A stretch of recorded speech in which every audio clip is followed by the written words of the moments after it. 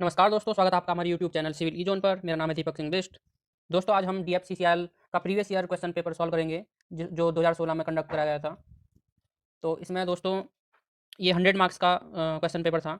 80 का इसमें टेक और 20 मार्क्स का नॉन टेक। ठीक है दोस्तों।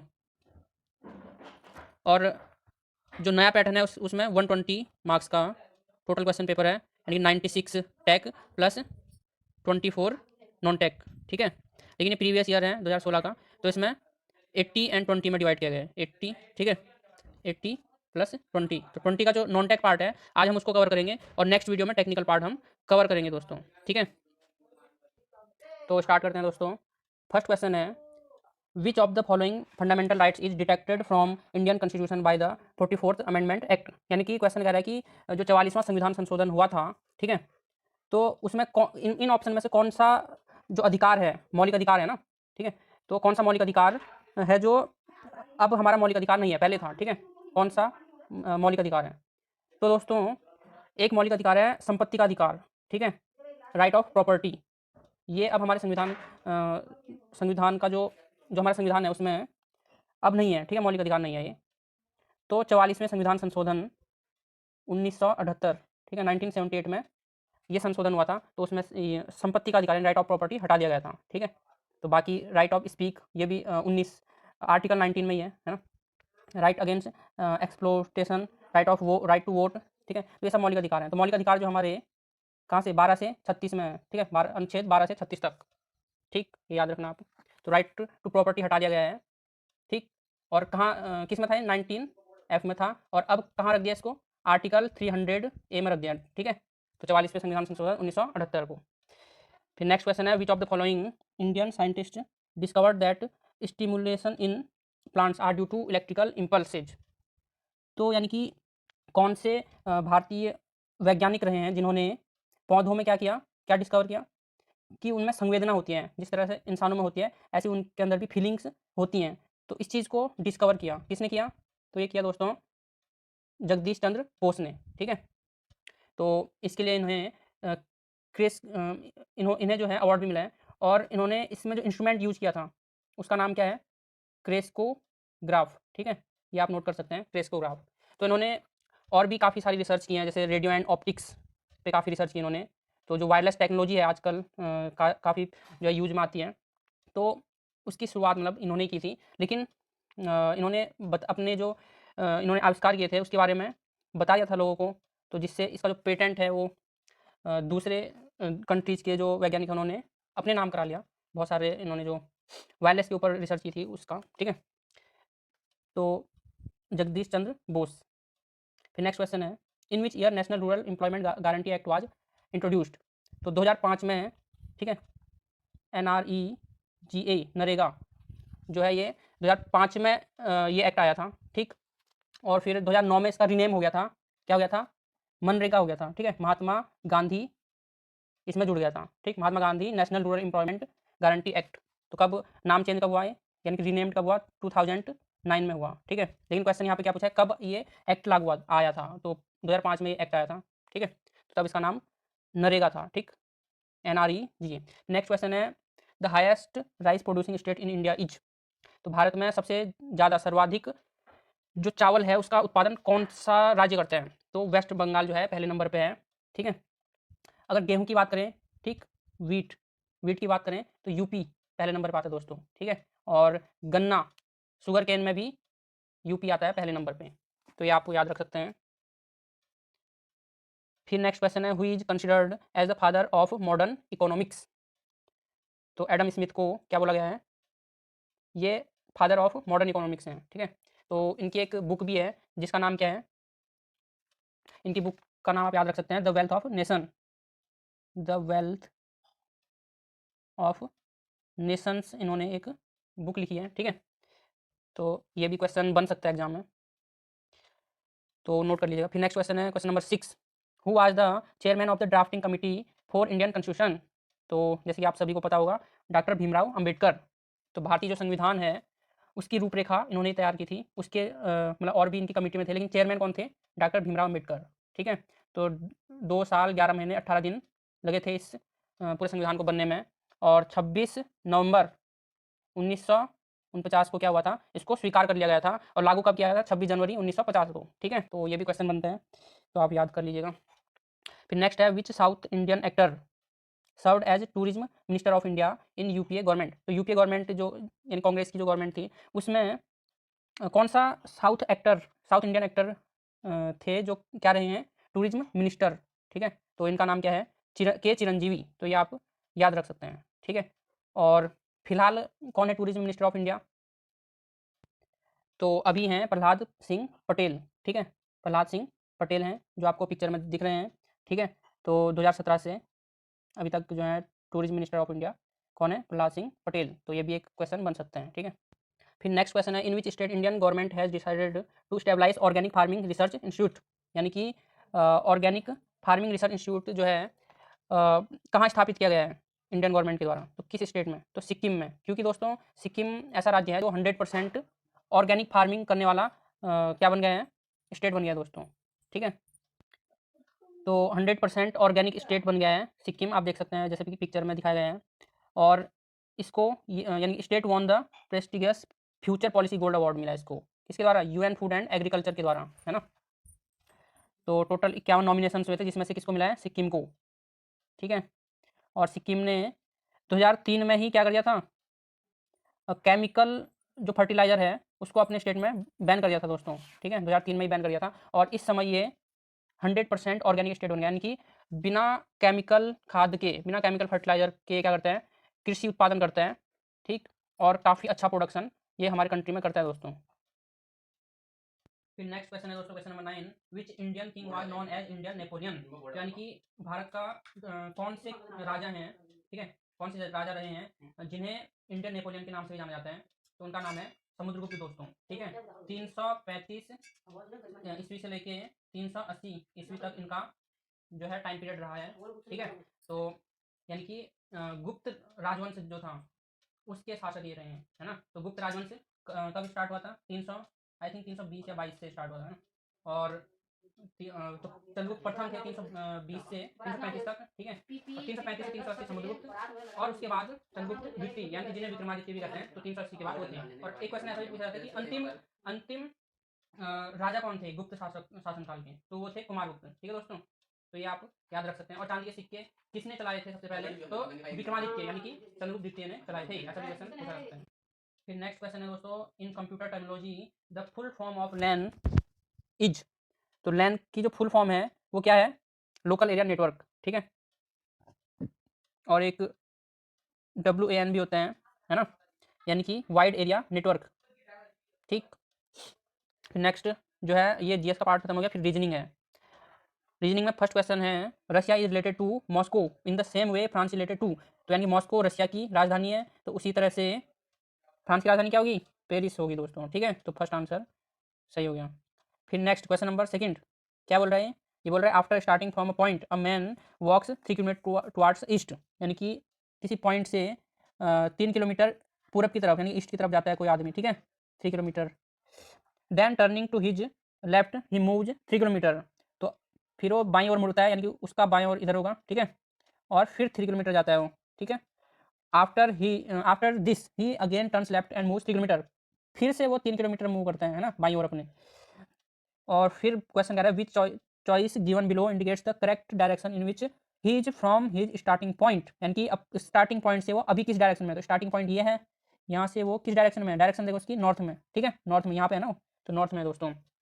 तो ये सही आंसर हो गया। फिर next question, question number 3, identify the similar set of numbers. तो इसमें से हमें आइडेंटिफाई करना है कि एक तो गिवन है हमें, तो इसी के सिमिलर कौन सा ऑप्शन सही होगा।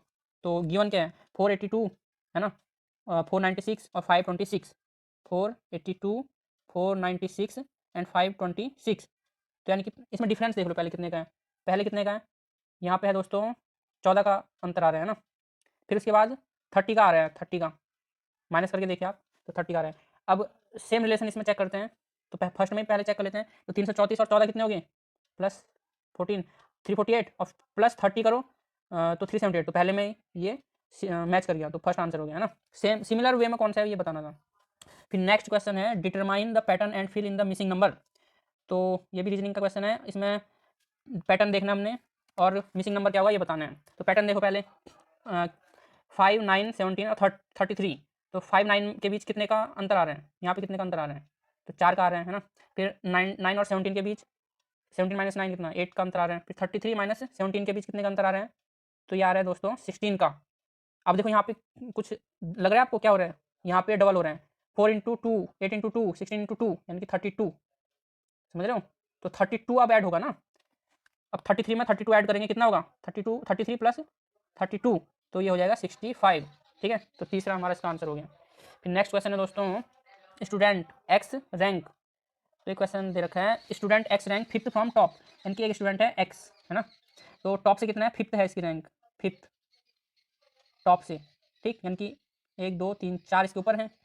And 19 from the bottom in the class, तो बॉटम से कौन सी रैंक है, 19th, बॉटम से 19th है, यानी कि नीचे कितने होंगे, 18 होंगे ना, 18 लोग नीचे हैं, तभी तो 19वां ये हुआ, ऊपर से 4 ऊपर है तो 5वां ये ऊपर से, ठीक है। अब क्या कह रहे हैं, how many students are there in the class, तो टोटल कितने हुए, 4 ऊपर 18 नीचे, कितने हो गए 22, और एक ये खुद हो गया, है ना, तो 14 प्लस 1 सॉरी 4 प्लस 1 प्लस 18, तो कितने हो गए 18 4 22 और एक 23, तो आंसर नंबर 3, ठीक। नेक्स्ट क्वेश्चन है, तो इस तरह के और भी क्वेश्चन अगर आएंगे तो आप इजीली कर सकते हैं, बस क्या है थोड़ा आपको समझने की जरूरत है कि क्वेश्चन पूछ क्या रहा है। फिर नेक्स्ट क्वेश्चन है, select from the given choices the letter sequence that completes the following sequence in an order, तो किस ऑर्डर में है ये बताना है, तो फिल इन द ब्लैंक्स हमें निकालना है, क्या होगा, तो इनको चेक कर सकते हैं हम, है ना, तो क्या पैटर्न बन रहा है ये निकालना है।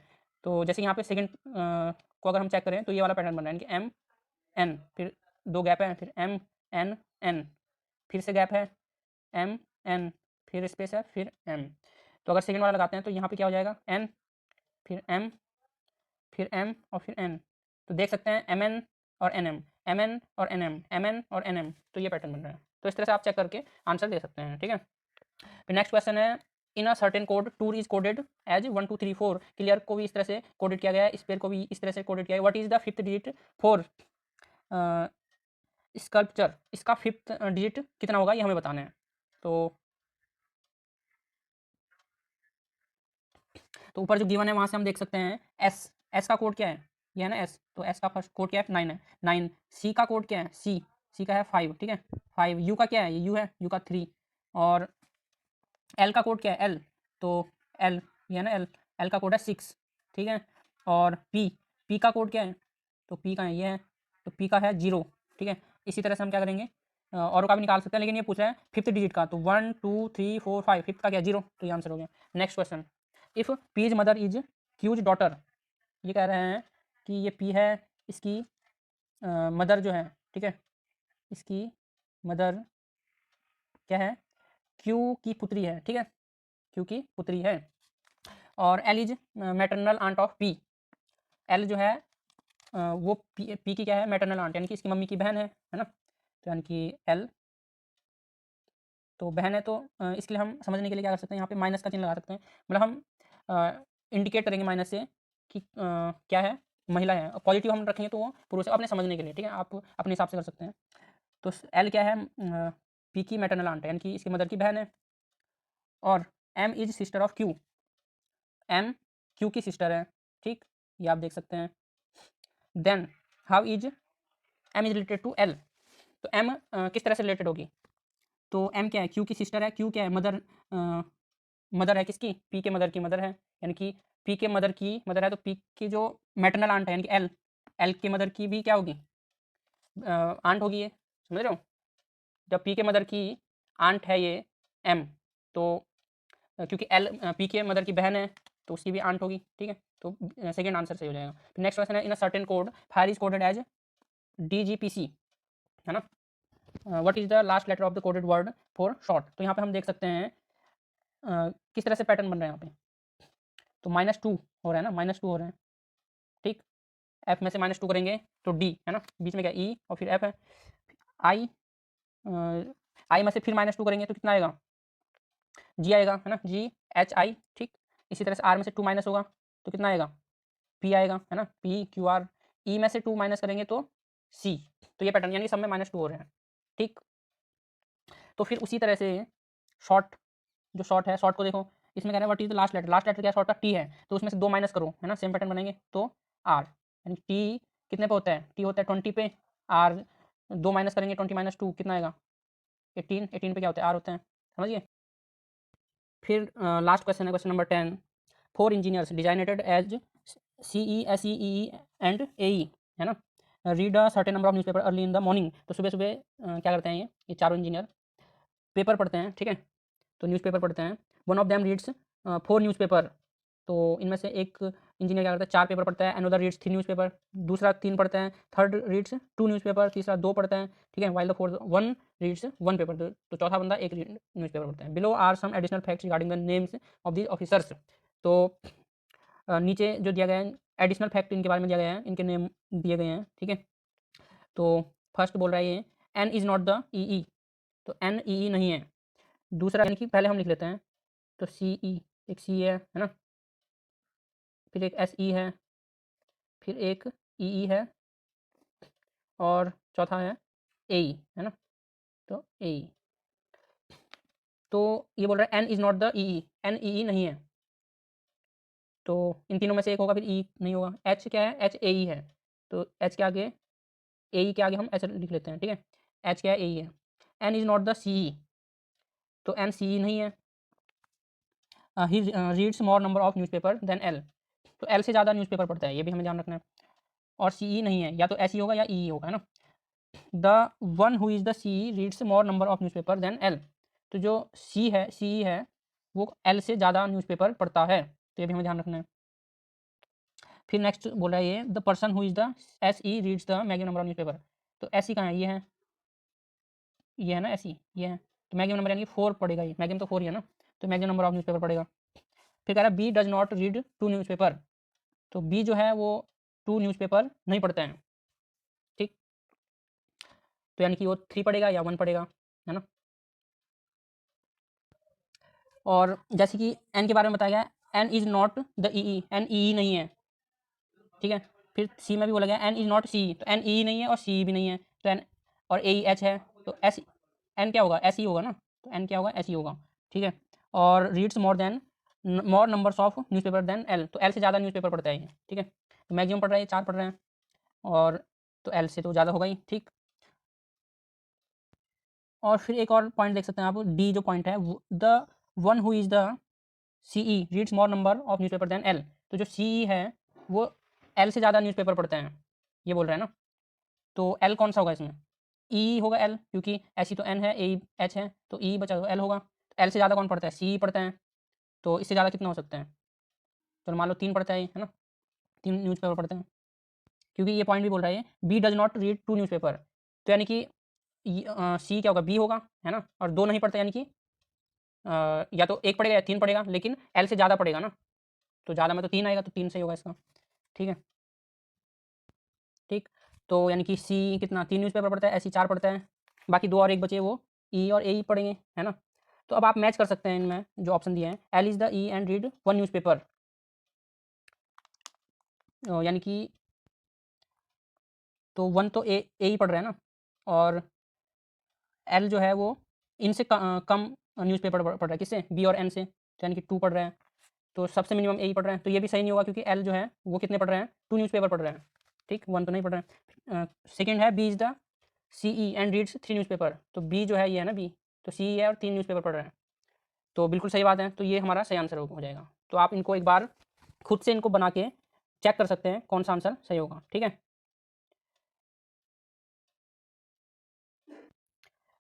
1 तो नहीं पढ़ रहे हैं। सेकेंड है B is the C E and reads 3 newspaper, तो बी जो है ये है ना बी, तो सी है और 3 न्यूज़पेपर पढ़ रहे हैं, तो बिल्कुल सही बात है, तो ये हमारा सही आंसर हो जाएगा। तो आप इनको एक बार खुद से इनको बना के चेक कर सकते हैं कौन सा आंसर सही होगा, ठीक है।